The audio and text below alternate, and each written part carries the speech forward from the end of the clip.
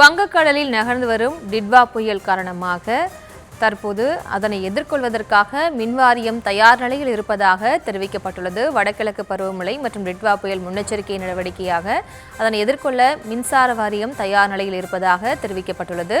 விவரங்களோடு இணைகிறார் எமது செய்தியாளர் ரேவதி. ரேவதி, வணக்கம். மேலும் விவரம். வணக்கம்.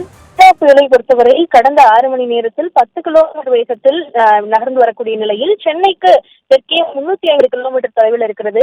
இதன் காரணமாக பல்வேறு ஏற்பாடுகள் அரசு தரப்பில் செய்யப்பட்டு வருகிறது. ஒவ்வொரு துறை சார்பிலும் பல்வேறு நடவடிக்கைகள் எடுக்கப்பட்டு வருகின்றன. அந்த அடிப்படையில் வடகிழக்கு பருவமழை மற்றும் இந்த டிட்வா புயல் முன்னெச்சரிக்கை நடவடிக்கையாக தமிழ்நாடு மின்சார வாரியம் தயார் நிலையில் இருப்பதாக தெரிவிக்கப்பட்டிருக்கிறது. குறிப்பாக மின்வாரிய தலைவர் ராதாகிருஷ்ணன் இந்த தகவலை கொடுத்திருக்கிறார்.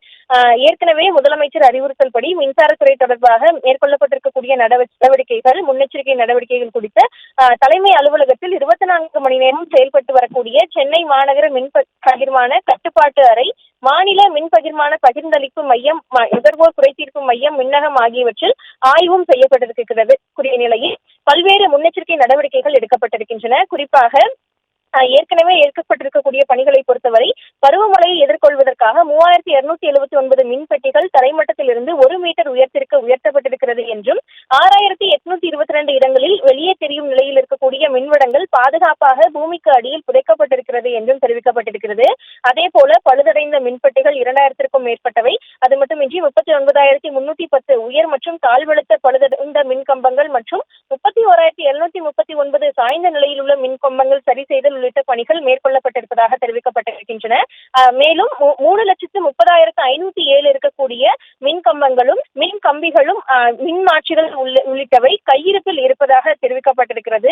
போதுமான அளவு மின் கம்பங்கள், மின் கம்பிகள், விநியோகம், மின் மாற்றிகள் மற்றும் இதர தளவாட பொருட்களும் மின் பகிர்மான வட்டங்களில் சிறப்பாக உறுதி செய்யப்பட்டிருப்பதாக தெரிவிக்கப்பட்டிருக்கிறது. அது மட்டுமின்றி சென்னை மின்வாரிய தலைமை அலுவலகத்தை பொறுத்தவரை கள பொறியாளர்கள் மற்றும் பிற அரசு துறை ஒருங்கிணைக்க கட்டுப்பாட்டு அறை அமைக்கப்பட்டிருக்கிறது என்றும் தெரிவிக்கப்பட்டிருக்கிறது. பொதுமக்களின் குறைகளை உடனடியாக தீர்க்கும் வகையில் 24 மணி நேரமும் இயங்கக்கூடிய வகையில் மின்னகம் சேவை மையம் பயன்பாட்டில் இருப்பதாக தெரிவிக்கப்பட்டிருக்கிறது. சென்னையில் உள்ள 5 மின் பகிர்மான வட்டங்களில் தலா 200 களப்பணியாளர்களும் 250 ஒப்பந்த தொழிலாளர்களும் அடையாளம் காணப்பட்டு அவசர காலங்களில் சென்னை பகுதியில் மறுசீரமைப்பு பணிகளுக்கு தயாராக வைக்கப்பட்டிருப்பதாகவும் மின்சார வாரியம் தரப்பில் தெரிவிக்கப்பட்டிருக்கிறது. கடந்த கால அனுபவங்களை பொறுத்தவரை ஒரு கோட்டத்திற்கு 2 எண்ணம் என்ற அடிப்படையில் 15 பேர் கொண்ட குழுவும் அடையாளம் காணப்பட்டிருப்பதாக மின்வாரியம் தரப்பில் இருந்து தெரிவிக்கப்பட்டிருக்கிறது.